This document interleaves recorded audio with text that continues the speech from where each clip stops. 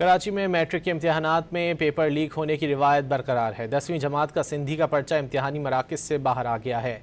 एक बार फिर मैट्रिक इम्तिहानात में पेपर लीक होने की वो ख़बर सामने आई है। 10वीं जमात का सिंधी का पर्चा इम्तिहानी मराकज़ से बाहर आ गया है। पहले पेपर से आखिरी पेपर तक पर्चा आउट होने की रिवायत बरकरार रही है। FIA की गिरफ्तारियाँ भी पर्चा आउट होने से ना रोक सकें। कराची में मैट्रिक के इम्तिहानात पेपर लीक होने का सिलसिला जारी है। 10वीं जमात का सिंधी का पेपर भी सेंटर से बाहर आ गया। पहले पेपर से आखिरी पेपर तक पर्चा आउट होने की रिवायत बरकरार रही।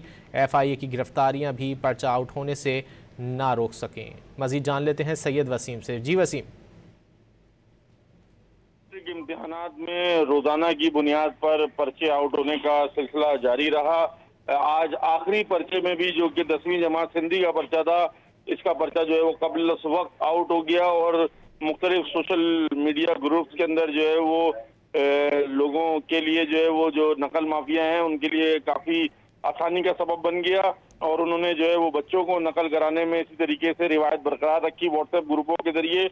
और इस हवाले से जो है वो मैट्रिक बोर्ड ने काफी बुलंद बांग दावे किए थे। मैट्रिक इम्तिहानात से कबल के FIA को और दीगर कानून नाफिज करने वाले इदारों को जो है वो ऑन बोर्ड लिया गया है, लेकिन उसके बावजूद भी यहाँ पर देखने में आया है कि रोजाना की बुनियाद पर पर्चे आउट हुए और आज भी जो है वो 10वीं जमात का सिंधी का पर्चा आउट हो गया। जी बहुत शुक्रिया सैयद वसीम इन तफसीलात के लिए।